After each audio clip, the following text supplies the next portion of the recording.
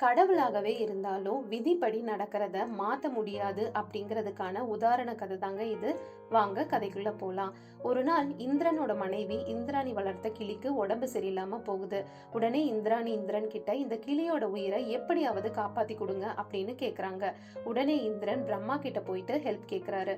பிரம்மா சொல்றாரு, இது என்னோட வேலை கிடையாது, வா விஷ்ணு கிட்ட போய் கேட்கலாம் அப்படின்னு விஷ்ணு கிட்ட போறாரு. விஷ்ணு சொல்றாரு, இது என்னோட வேலை கிடையாது, எல்லாத்துக்கும் காரணம் சிவபெருமான் தான், வாங்க சிவன் கிட்ட போய் கேட்கலாம் அப்படின்னு 3 பேரும் சிவபெருமான் கிட்ட போறாங்க. சிவபெருமான் சொல்றாரு, ஒருத்தரோட பாவ புண்ணியப்படி உயிர் எப்ப போகுங்கிறது யமலோகத்துல இருக்கிற யம தர்மராஜாக்கு தான் தெரியும், அதனால வாங்க நம்ம யமலோகம் போலான்னு சொல்லிட்டு 4 பேரும் யமலோகம் போறாங்க.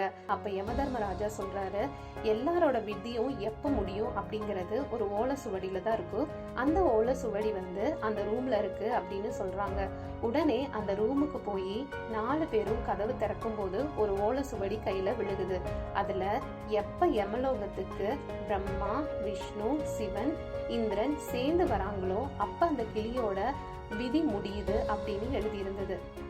நம்ம லைஃப்ல எது நடந்தாலும் அது ஆல்ரெடி எழுதப்பட்டதுங்க, நம்மளால அதை மாற்ற முடியாது.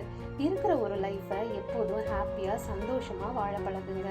இந்த கதை உங்களுக்கு பிடிச்சிருந்ததுன்னா லைக், ஷேர், கமெண்ட் பண்ணுங்க. இது என் உலகம். நான் உங்கள் நித்யா பாலசுப்ரமணியம்.